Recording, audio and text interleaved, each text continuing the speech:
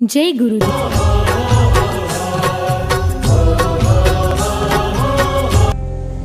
आप इतना समय दे पा रहे हो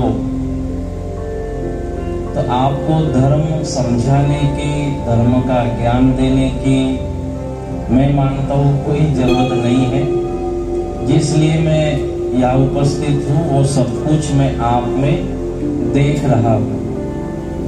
बस आधे घंटे में हम थोड़ा सवाल जवाब लेंगे। मैं अपनी बात अपनी ओर से रखता हूँ 10 मिनट में। 10 मिनट में समय भी आपको दे रहा हूँ।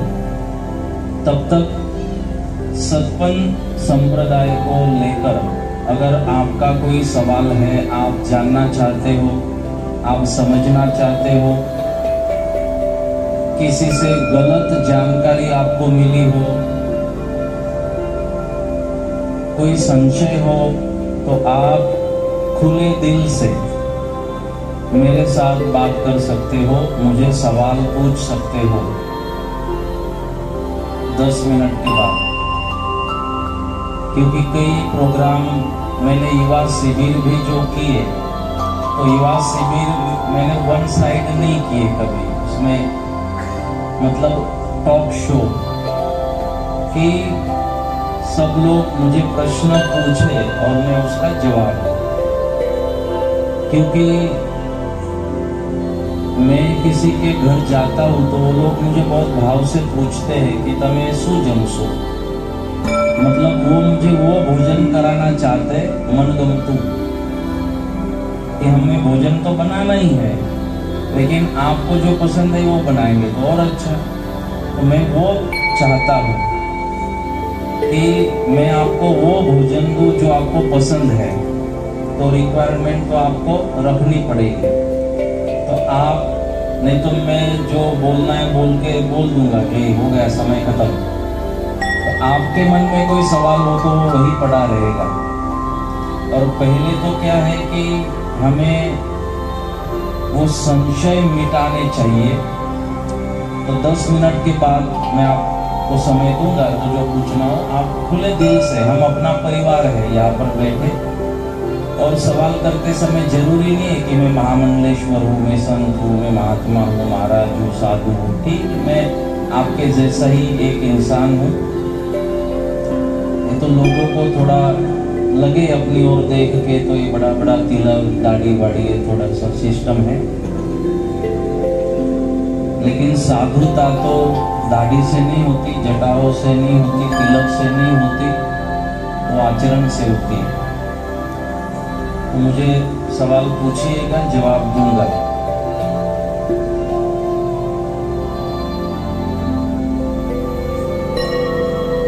जीवन में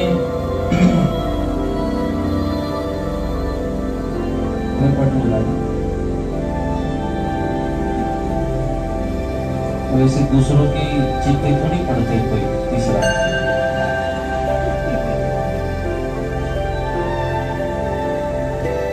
तो ले लेंगे 10 मिनट में।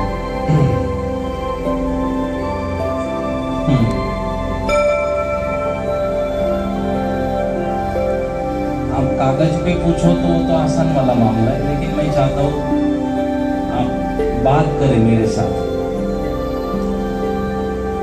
और रात्रि का समय इसलिए तो अपन निकाला कि मैं नजदीक बैठ सकूं आपके और हम बातें कर सके। ये कोई सत्संग है ही नहीं। मैंने तो एक कैमरे वाले को भी बोला था, भाई ये शूटिंग मत कर, हम तो गप्पे करने आए। लेकिन वो बोला नहीं, आपको शूटिंग करना है। तो करा देंगे। जैसे वातावरण में हम लोग रहते हैं वैसे बनते जाते हैं। जैसे आप सोचते हो वैसे कोरा बोलते अपने बैकग्राउंड में बनता जाता है। जैसे आप सोचते हो, जैसे कि आप कोई काम करना चाहते हो और आपने ही ये सोचना शुरू कर दिया कि मुझे तो ऐसे लगता है कि मेरा काम होगा ही नहीं। तो आप ही अगर ऐसे सोचने लगे तो वैसा ही एक निगेटिव कोरा बनेगा। और वो जो निगेटिविटी है वो आपका काम हो भी रहा हो तो रोक देगा। लेकिन एक काम कोई आप करना चाहते हो और आपने मन से ये विचार रखे कि मेरा काम होगा, जो होगा अच्छा होगा, मेरा काम होगा, तो वैसे ओरा बनता जाता है, वो आपको सपोर्ट करता है आपका काम सक्सेस बनाने में। इसलिए ज्यादा से ज्यादा हम लोग कोशिश करें पॉजिटिव रहने की, अपनी थिंक पॉजिटिव रखने की। मन के हारे हार है, मन के जीते जीत। महाभारत की एक बात है कि भगवान श्री कृष्ण रथ चलाते थे अर्जुन का, तो और सामने कर्ण था, तो कर्ण का जो रथ चला रहे थे, दोनों सामने सामने आ गए। अब कर्ण तो अर्जुन से भी बेहतर था, नंबर 1 कर्ण, दोनों सामने आ गए। अब कर्ण बरोबर निशाने पे तीर चला रहा था, सक्सेस भी हो रहा था। अर्जुन थोड़ा गड़बड़ा रहा था, अर्जुन का निशाने पे नहीं लग रहा था तीर। परिस्थिति ऐसी थी कि अब तो कर्ण वाट लगा देगा अर्जुन की, भगवान समझ गए। और भगवान क्या कह रहे, अब भगवान ने अर्जुन को क्या कहना चाहिए, उपदेश देना चाहिए, भाई ध्यान दो, आप गलत तीर छोड़ रहे हो, ऐसे नहीं बोला।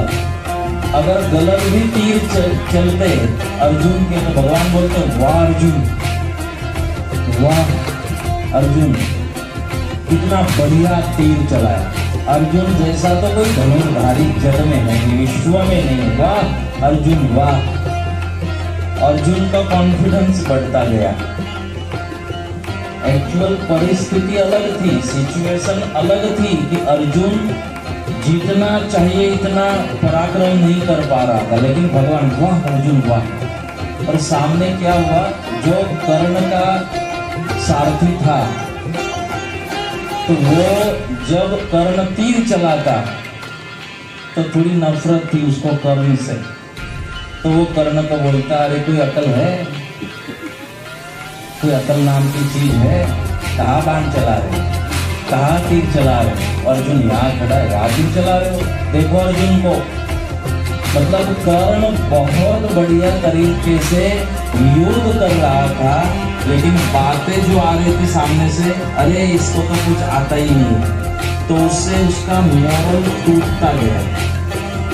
और अर्जुन भूल कर रहे थे, फिर भी जो संगत थी उसको मिली भगवान की, भगवान क्या कह रहे थे वाह अर्जुन।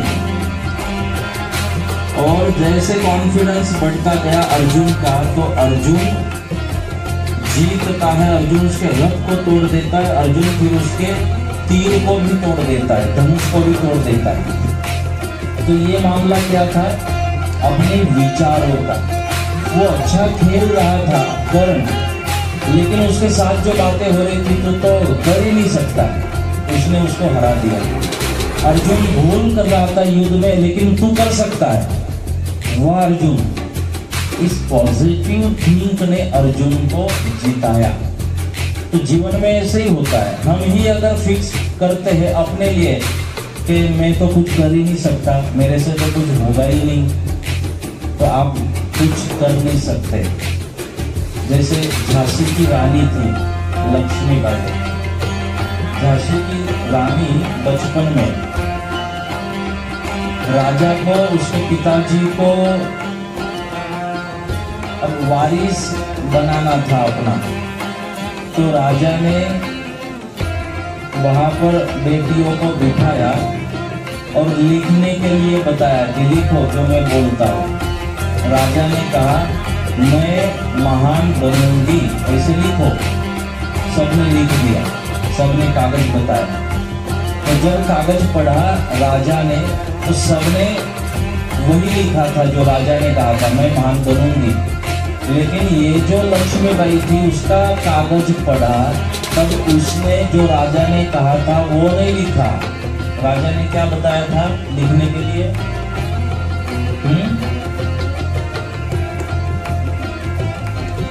अरे राजा ने क्या बताया था लिखने के लिए? हाँ, पीछे आवाज नहीं आई मेरी? एक साथ बोलो, क्या बोला था? ऐसे लिखने के लिए बोला था। सबने सही लिखा, लेकिन जब लक्ष्मीबाई का कागज आया तो उसमें राजा ने जो कहा था वो नहीं लिखा। उसने लिखा था मैं महान हूं। राजा ने कहा मेरी वारिस तो यही बनेगी, लक्ष्मीबाई। मैं महान बनूंगी, मैं महान हूं। क्या लिखा था लक्ष्मीबाई ने? मैं महान हूं। तो ये आत्मविश्वास को पैदा करता है, ये हमारा विचार। तो इसीलिए जैसे ही हमारी सोच होती वैसे हम बनते जाते हैं, जैसे वातावरण में हम जाते वैसे हम बनते जाते। पानी का बूंद अगर गर्म तवे पर गिर जाए तो क्या होगा पानी के बूंद का? गर्म तवे पर गिर जाए पानी का बूंद तो भस्म हो जाएगा ना, समाप्त हो जाएगा, भस्म हो जाएगा। वही पानी का बूंद अगर सांप के मुंह में जा गिरे तो जहर बनेगा। वही पानी का बूंद अगर सिंपली में जा गिरता है तो मोती बनेगा। तो पानी का बूंद तो वही है, लेकिन वो बूंद जैसी संगत में गया वैसे परिणाम मिला। गरम तवे के संगत में गया तो समाप्त हो गया। वही सांप की संगत में गया तो जहर बना। वही सिंपली की संगत मिली तो मोती बना। तो हम कैसे वातावरण में रहे, कैसे विचारों में रहे, ये हमें फिक्स करना होगा। और यही बातें आपको आगे तक ले जाती है। आपको कोई धागा, कोई तावीज, कोई मजार पे जाके मत्था टेकना, कोई जो अतिक्रमण वाली सारी कब्रें होती है वहां जाके मत्था टेकना, मानता बाधा रखना, और घरों में बहुत वास्तुशास्त्र के अनुसार सारी सिस्टम बनाना, और फिर आप सोचते हो कि मुझे सक्सेस मिलेगा, तो ऐसे नहीं होता है। हाथों की लकीरों पे यकीन मत रखना, तकदीर तो उनकी भी बनती है जिनके हाथ नहीं होते। तकदीर तो उनकी भी बनती है ना जिनके हाथ नहीं होते। तो लकीरों पे यकीन रखने से अच्छा है कि मैं अपने पुरुषार्थ पर यकीन करूं, मैं अपने ताकत पर, क्षमता पर मैं यकीन, अपने आप पर यकीन करूं, मैं अपने आप को जानूं। और जब तक मैं अपने आप को नहीं जानता मैं कुछ नहीं कर पाता। तो इसीलिए हम कोशिश करें अच्छे विचारों में रहे, अच्छी संगत में रहे, सत्संगत में रहे, तो वैसे हम बनते जाएंगे। जब तक सदगुरुदेव इमाम साहब महाराज की मुलाकात या संगत नाया लुटारू को नहीं मिली थी, वो लूटपाट करता था। लेकिन जब संगत, क्योंकि पहले संगत वैसे लोगों की थी, लेकिन जब संगत संत की हुई तो भी संत बना, नाया जी भी संत बने। तो जैसी संगत में हम जाते हैं वैसे हम बनते जाते हैं। और हमें जो आयु मिली है, आप मुझे बताइए आपके शरीर की कीमत कितनी है?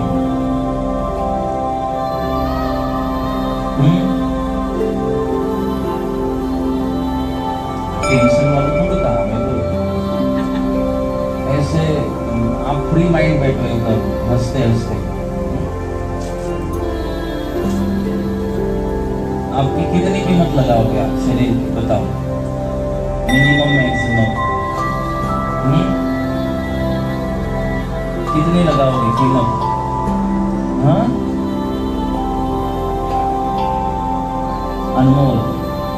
वाह, जब अपनी कीमत दूसरों की तो हम लगा देते हैं 1 मिनट में, जब अपनी कीमत लगाने का समय आया तो अनमोल बन गए हम। आप वो ही अनमोल। मनुष्य जन्म अनमोल रे, माटी में न घोल रे, अब तो मिला है फिर न मिलेगा, कभी नहीं कभी नहीं कभी। ये तो है ही अनमोल। हमारा ये जन्म अनमोल है, ये शरीर अनमोल है।